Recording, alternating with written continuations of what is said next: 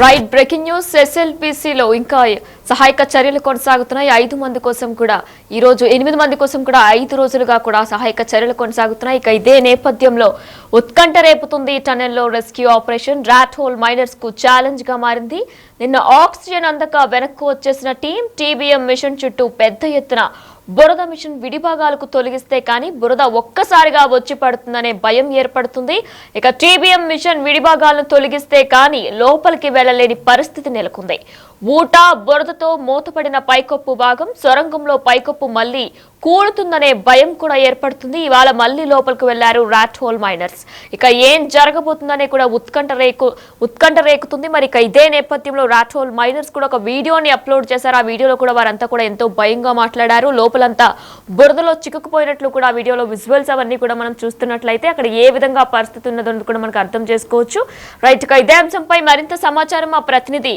రానా live లో అందిస్తారు yes Shankar అక్కడ మనం చూసుకున్నట్లయితే కూడా అక్కడ పరిస్థితి ఎలా ఉంది అక్కడ మొత్తం కూడా ఇప్పటికే 5వ రోజు రెస్క్యూ టీమ్ సహాయక చర్యలు ఏర్పడుతున్నట్లు కూడా తెలుస్తుంది అలానే రాట్ హోల్ మైనర్స్ కూడా వెళ్ళినట్టు తెలుస్తుంది డీటెయిల్స్ ఏంటి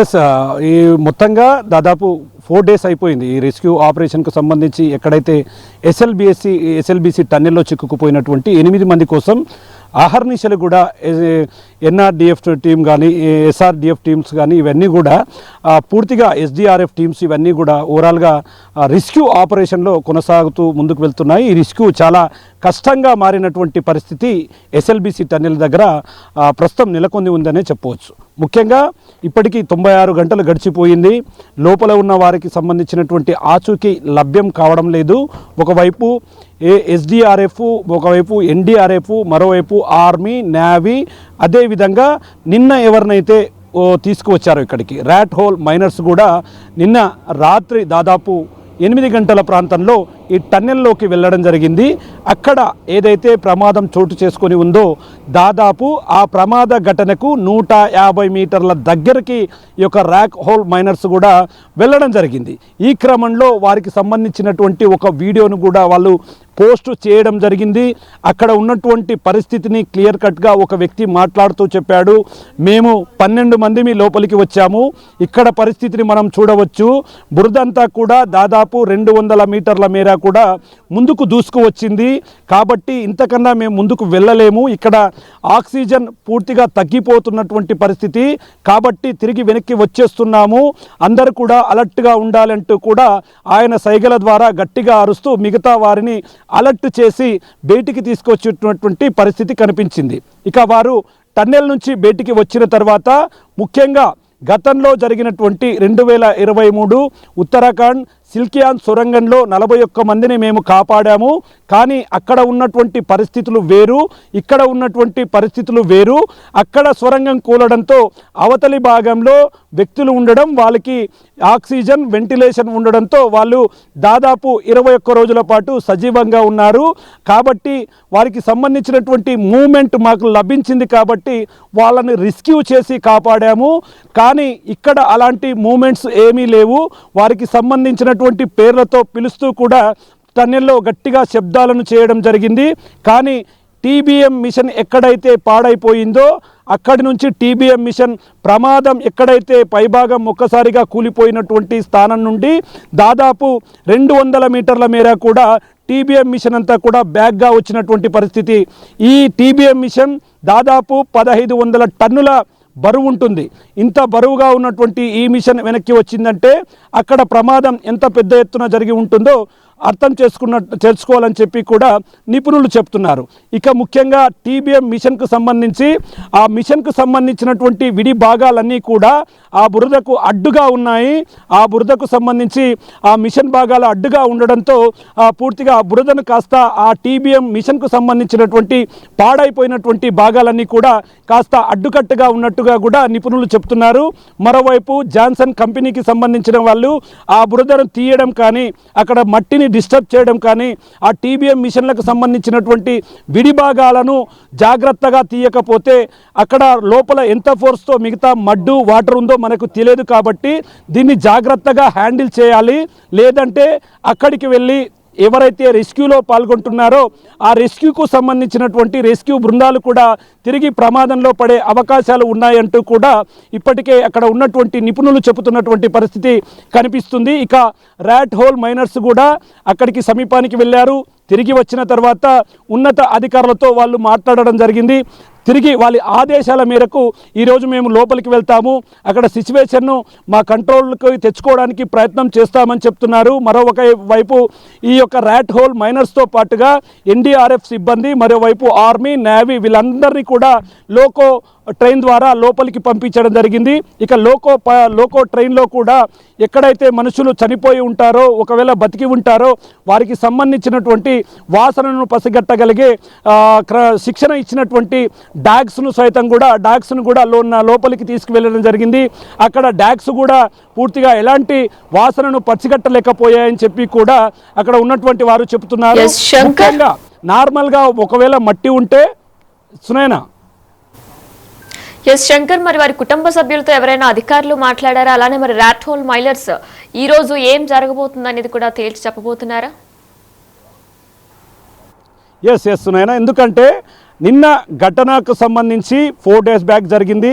దాని తర్వాత అక్కడ ఉన్నటువంటి వాళ్ళ పేర్లను తీసుకోవడం, చిక్కుకున్న వారిలో 2 ఇంజనీర్లు, 2 టెక్నీషియన్లు, 4 కార్మికులు, వీరికి సంబంధించినటువంటి డాటాను జేపీ కన్స్ట్రక్షన్స్ దగ్గర వారి పూర్తి వివరాలను తెలుసుకోవడంతో పాటు ఘటన జరిగిన వెంటనే జేపీ కన్స్ట్రక్షన్స్ ఆ కుటుంబ సభ్యులకు సమాచారం ఇచ్చారు. సమాచారం ఇచ్చిన వెంటనే నిన్న ఆ కుటుంబ సభ్యులంతా కూడా జేపీ కన్స్ట్రక్షన్కు సంబంధించినటువంటి ప్రధాన ఆఫీసు దగ్గరికి రావడం జరిగింది. వారితో రెగ్యులర్గా ఇక్కడికి వచ్చే మంత్రులు ఉత్తమ్ కుమార్ రెడ్డి, కోమటిరెడ్డి వెంకటరెడ్డి మరియు స్థానిక శాసనసభ్యుడు చిక్కుడు వంశీకృష్ణ, మిగతా అందరూ కూడా దగ్గర ఉండి వాళ్ళ కుటుంబ సభ్యులకు పరిస్థితిని వివరించే ప్రయత్నం చేస్తున్నారు. కానీ వారు మాత్రం మాకు సంబంధించినటువంటి కుటుంబ సభ్యులు మాకు దూరమై దాదాపు 4 రోజులు గడుస్తున్నా వారి ఆచూకీ లభ్యం కావడం లేదు, కనీసం వారి ఆచూకీ మాకు కావాలంటూ కూడా కన్నీరు మున్నీరుగా విలపిస్తున్నటువంటి పరిస్థితి ఇక్కడ కనిపిస్తుంది. ఈ రెస్క్యూ అంతా కూడా 5 రోజులుగా కొనసాగుతుంది. పూర్తిగా ఉత్కంఠభరితంగా ఈ రెస్క్యూ ఆపరేషన్ అనేది కూడా సాగుతూ వస్తుంది. ఈరోజు 5వ రోజు ఉదయం నుండి కొన్ని బృందాలు కిందికి వెళ్ళడం, అక్కడి నుంచి సమీక్ష సమావేశాలు కూడా నిర్వహిస్తూ వస్తున్నారు. మనం బ్యాక్లో చూస్తున్నటువంటి హెలికాప్టర్ ద్వారా కూడా రెగ్యులర్గా ఇక్కడికి కోమటిరెడ్డి వెంకటరెడ్డి, ఉత్తమ్ కుమార్ రెడ్డి, నిన్న డిప్యూటీ సీఎం కూడా ఈ ఘటనకు సంబంధించినటువంటి అంశాలను ఎన్డీఆర్ఎఫ్ సిబ్బందితో, అదేవిధంగా జియోలాజికల్ ఎక్స్పర్ట్స్తో కూడా చర్చలు కొనసాగిస్తూ వస్తున్నారు. ఇక్కడ ప్రధానంగా ఈరోజు మరొక ఇంపార్టెంట్ విషయాన్ని అధికారులు, ఒకవైపు జియోలాజికల్ సిబ్బంది గుర్తించినట్టుగా తెలుస్తుంది. ఎందుకంటే ఎక్కడైతే 13.8 కిలోమీటర్ల దగ్గర టన్నెల్కు సంబంధించినటువంటి ఈ యొక్క సీపేజ్ రావడం, అక్కడ ఉన్నపలంగా బురద నీటితో కూడినటువంటి కూలుకుపోవడంతో అక్కడ ఉన్నటువంటి పక్కనే కన్వేయర్ బెల్ట్ కూడా పూర్తిగా పాడైపోయింది. ఈ కన్వేయర్ బెల్ట్ పూర్తిగా ఈ యొక్క టీబీఎం మిషన్కు అనుసంధానంగా పనిచేస్తుంది. టీబీఎం మిషన్ తొలుస్తున్న క్రమంలో దాని వేస్టేజ్కు దీనికి లింకప్స్ ఉంటాయి.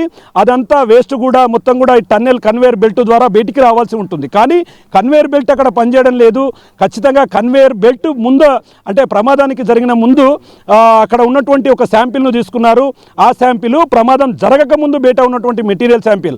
అసలు ఎందుకు జరిగి ఉంటుంది, లోపల భూముల పొరల్లో ఉన్నటువంటి రకరకాల మార్పుల వల్ల ఈ యొక్క జియోలాజికల్ ఎఫెక్ట్ కూడా దీనికి కారణం అయి ఉండొచ్చా అనే కోణంలో కూడా ఒకవైపు జియోలాజికల్ సైంటిస్టులు అయితే పూర్తిగా తెలుసుకొని ముందుకు వెళ్తున్నారు. ఈరోజు ఆ రిపోర్ట్ వస్తే అక్కడికి ఏముంది, ఒకవేళ బురదను తీయాలంటే ఆ సాయిల్కు ఉన్నటువంటి లక్షణాలు ఏంటి, ఆ సాయిల్కు సంబంధించినటువంటి లక్షణాలను పూర్తిగా పరిశీలించిన తర్వాతనే ఆ మట్టిని అక్కడ తీసేందుకైతే అధికారులు ముందుకు వెళ్ళేలాగా కూడా ప్లాన్ చేస్తున్నటువంటి పరిస్థితి కనిపిస్తుంది. ఇక ర్యాట్ హోల్ మైనర్స్ ఇక్కడికి వచ్చిన వెంటనే అంతా కూడా ఆసక్తిగా గమనించారు. వాళ్ళు ఉత్తరాఖండ్లో ఎన్డీఆర్ఎఫ్ మిగతా సిబ్బంది చేయలేని పనిని ఒకే రోజులో చేసి చూపించారు కాబట్టి ఖచ్చితంగా వాళ్ళు ఆచూకీ లభిస్తుందని చెప్పారు. కానీ ర్యాట్ హోల్ మైనర్స్కు ఉన్నటువంటి ప్రత్యేకమైనటువంటి ప్రతిభ ఏంటంటే, వాళ్ళు ఎక్కడైతే గుట్టల ప్రాంతాలు ఉంటాయో ఆ గుట్టల ప్రాంతాల్లో ఏదైతే అమరిక ఉంటుందో, రాళ్ళ అమరిక, టన్నెల్లోకి వెళ్ళినప్పుడు ఆ రాళ్ళ అమరికను ఎట్లయితే అనుసరిస్తూ ఒక టన్నెల్ను, అంటే చిన్న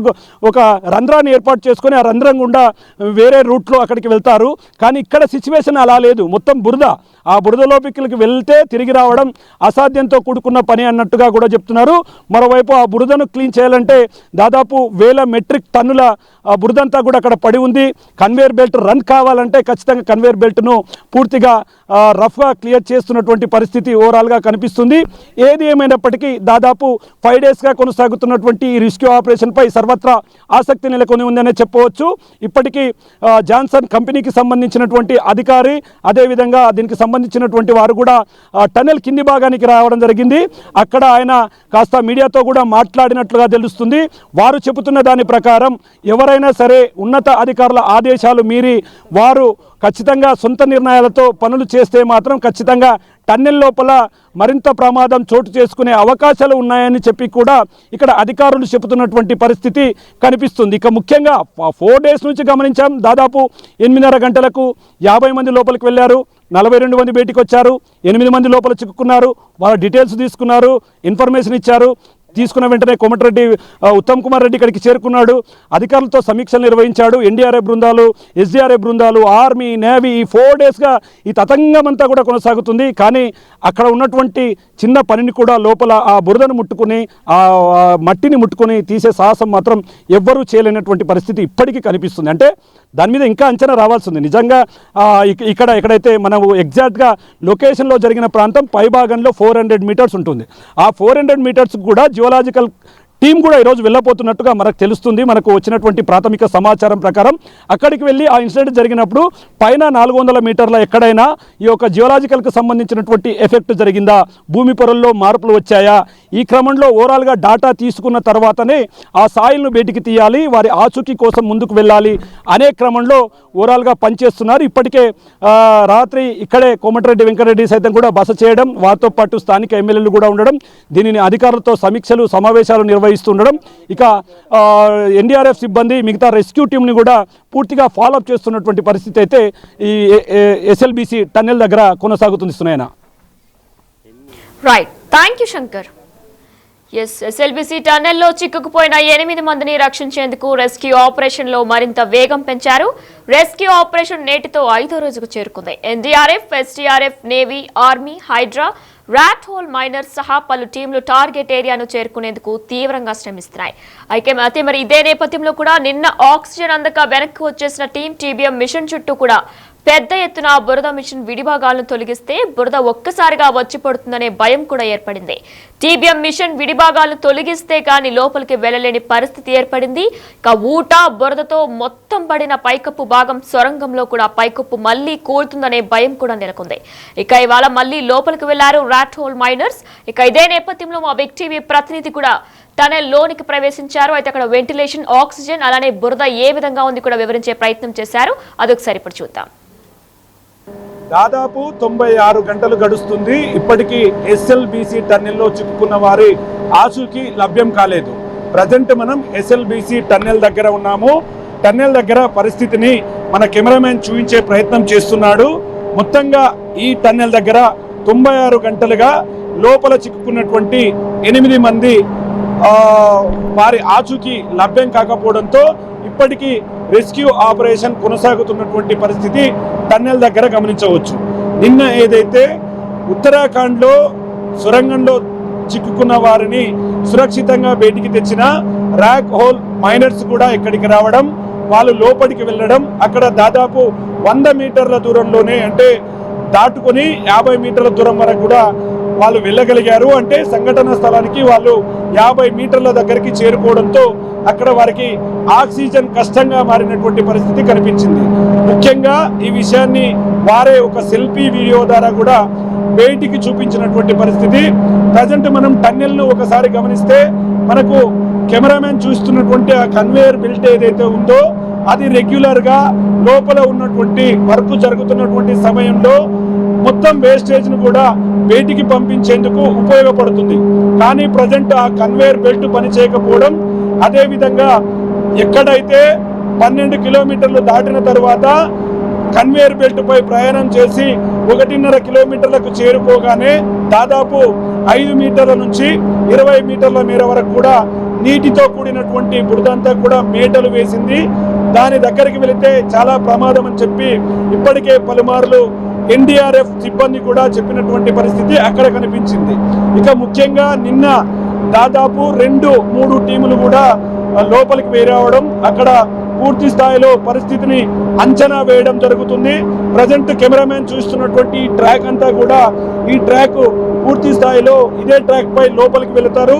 ఒక్కసారి ఆ ప్రదేశానికి చేరిపోవాలంటే దాదాపు 3 గంటల సమయం, అంటే పోయి రావడానికి 3 గంటల సమయం పడుతుందని చెప్పి కూడా ఇంజనీర్లు చెబుతున్నటువంటి పరిస్థితి ఇక్కడ కనిపిస్తుంది.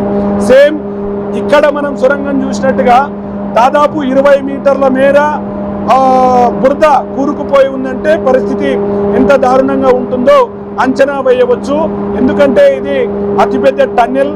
ఈ టన్నెల్ సుమారు 41 కిలోమీటర్ల మేర కూడా దోమలపెంట నుంచి ముఖ్యంగా నల్లగొండ ప్రాంతానికి కూడా వెళ్ళేటటువంటి పరిస్థితి మనకు కనిపిస్తుంది. ఇక ఓవరాల్ గా రాత్రి మరొక టీం వెళ్ళింది. మరొక టీంకు సంబంధించినటువంటి సభ్యులు లోపలికి వెళ్ళారు. ఆ సభ్యులంతా కూడా తిరిగి ఈ రోజు చేర్చుకోవాల్సినటువంటి అవసరం ఉంది. వారు వచ్చిన తర్వాత ఇక్కడ పరిస్థితి ఏ విధంగా ఉందనేది మాత్రం అంచనా వేస్తామని అధికారులు చెప్తున్నారు. ఈ రోజు మరో ముఖ్యమైన విషయం, ఏదైతే 400 మీటర్ల పైన ఇన్సిడెంట్ ఉందో, ఇన్సిడెంట్ జరిగిన ప్లేస్ నుండి 400 మీటర్ల పైన ఉన్నటువంటి ఆ ప్రాంతాన్ని జియోలాజికల్ కు సంబంధించినటువంటి ఒక బృందం పరిశీలించడానికి వెళుతున్నారు. అక్కడ సాయిల్ టెస్ట్ చేసిన తర్వాత కింద ఉన్నటువంటి మట్టిని తొలగించే పనులు చేయాల్సినటువంటి ఆదేశాలు జారీ చేస్తామని చెప్తున్నారు. ముఖ్యంగా 4 రోజులుగా కొనసాగుతున్నప్పటికీ ప్రజెంట్ టన్నెల్ దగ్గర ఎక్కడైతే టీబీఎం మిషన్ పార్ట్స్ ను, చిన్న చిన్న ముక్కలను కోయడానికి, కట్ చేయడానికి ప్రయత్నాలు జరుగుతున్నాయి. అక్కడ ఉన్నటువంటి మట్టిని మాత్రం ఎవరు ముట్టుకోకూడదంటూ కూడా అధికారులు ఆదేశాలు జారీ చేశారు. ముఖ్యంగా నిన్న ఏదైతే జియోలాజికల్ టీం ఏదైతే ఉందో, సంఘటన జరిగినప్పుడు లోపల ఉన్నటువంటి అక్కడ మట్టును, ఏదైతే బురదను, మట్టిని కూడా ల్యాబ్ కు తీసుకువెళ్లారు. అంతకుముందు ప్రమాదం జరిగిన కన్నా ముందు కూడా ఉన్నటువంటి శాంపిల్స్ ను తీసుకువెళ్ళి ప్రమాదానికి తర్వాత భూమి పొరలలో వచ్చినటువంటి వ్యత్యాసాలను, అక్కడ ఉన్నటువంటి భూమికి సంబంధించినటువంటి లక్షణాలను పూర్తి స్థాయిలో అంచనా వేసిన తర్వాతనే అక్కడ ఉన్నటువంటి బురదను తొలగించాలి. లేదంటే బ్యాక్ సైడ్ లో ఉన్నటువంటి బురద అంతా, అక్కడ ఏదైనా మిస్టేక్ జరిగితే 20 మీటర్ల మేర, 100 మీటర్ల మేర పెరిగిపోయిన బురద ఒక్కసారిగా మనుషుల మీదకి వచ్చి మరొక ప్రమాదం జరిగే అవకాశం ఉందని చెప్పి కూడా ఇంజనీర్లు, జియోలాజికల్ సిబ్బంది, ఎన్డీఆర్ఎఫ్ సిబ్బంది, రెస్క్యూ ఆపరేషన్స్ కు సంబంధించినటువంటి అధికారులు చెప్పే, ఏదైతే డాగ్స్ కూడా లోపలికి తీసుకెళ్లారో ఆ డాగ్స్ కూడా నైట్ బయటకు వచ్చాయి.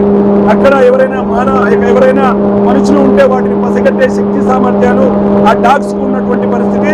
తిరిగి ఈ రోజు కూడా మరొకసారి ఎవరైతే ర్యాట్ హోల్ మైనర్స్ ఉన్నారో వాళ్ళు లోపలికి వెళ్తాం, అధికారుల సూచనల మేరకు అక్కడ రెస్క్యూ ఆపరేషన్ ను కొనసాగించి వారి ఆచూకీ కనుగొనేందుకు తగిన ప్రయత్నాలు చేస్తామని చెబుతున్నటువంటి పరిస్థితి. ఇంకా ముఖ్యంగా మేజర్ గా ఒక అంశమే ప్రధానంగా అధికారులకు సమస్యగా మారింది. ఎవరు 4 రోజులు గడిచినా రెస్క్యూ పనులు జరుగుతున్నప్పటికీ వారి ఆచూకీకి సంబంధించినటువంటి పనులు మాత్రం జరగలేదు. ఎందుకంటే ఆ మట్టిని ముట్టుకుంటే పెద్ద ఎత్తున ప్రమాదం జరుగుతుంది, వస్తుంది వీరికి.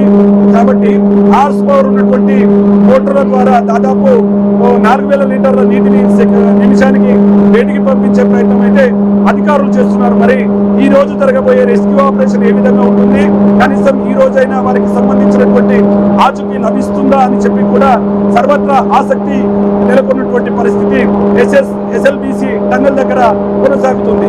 ఇది ఇక్కడ పరిస్థితి. కెమెరా పర్సన్ నగేష్ తో Shankar Goud, big TV, SLBC tunnel నుండి. 11.5 కిలోమీటర్ల నుంచి కూడా ఎయిర్ సప్లై పైప్ లైన్ వ్యవస్థ మొత్తం ధ్వంసమైంది. ఇక మరోవైపు జేఎస్ఐ, ఎన్జీఆర్ఐ ఎక్స్పర్ట్స్ బురద పరిస్థితిపై కూడా అంచనా వేస్తున్నారు. 200 మీటర్ల వరకు 15 అడుగుల ఎత్తులో బురద పేరుకుపోయింది. సొరంగంలో ప్రస్తుతం గంటకు 3600 నుంచి 5000 లీటర్లు ఊట వస్తుంది. ఇక సొరంగ మార్గంలో 10,000 క్యూబిక్ మీటర్లు బురద ఉన్నట్లు కూడా అంచనా వేస్తున్నారు.